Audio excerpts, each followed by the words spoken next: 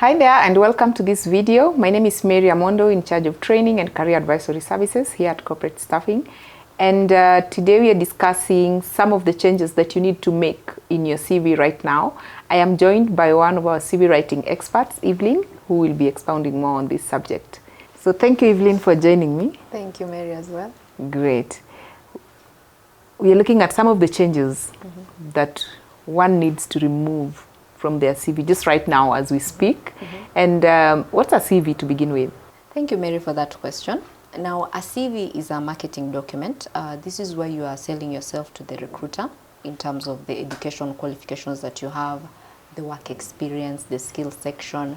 So all that is usually in summary form. So there is a way each section has to be delivered so that it markets a candidate in the right way. So that's basically the definition of a CV. A marketing document. Exactly. Great. Now, based on the experience that you've had as a CV expert, what are some of the changes that I need to make in my CV right now? There are usually so many, but I'll focus on the main ones that usually limit candidates' chances. So number one, it's this issue of tweaking the CV to suit the advert. So most candidates usually fail on that, especially when they're sending the same CV. So let's say this person started applying in 2020. This person has been using the same CV for different adverts. Normally that should not be the case. So this means this person will always have to go back to their CV to see if it matches the requirements of the advert. If it doesn't, and you've done those bits in that advert, you need to tailor-make that CV to suit the requirements.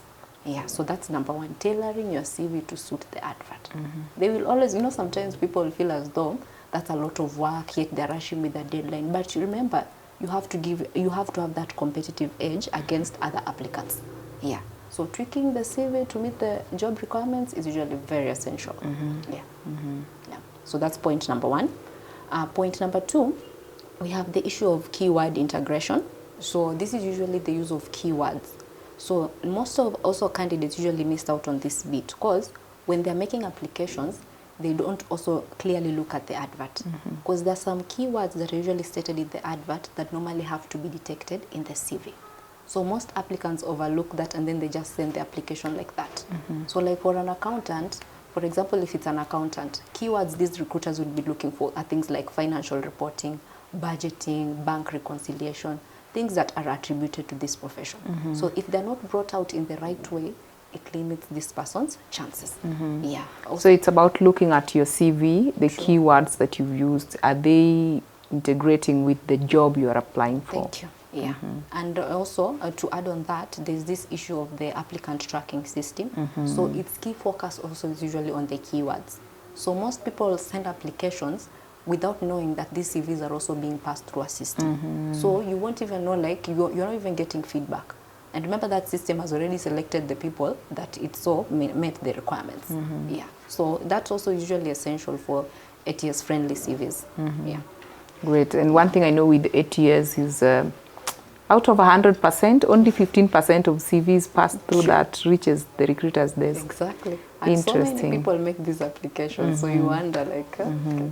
As an expert now, be with corporate staffing services, how do you help professionals demonstrate or rather highlight or make these changes in their CV? Okay. So we usually offer professional CV writing services.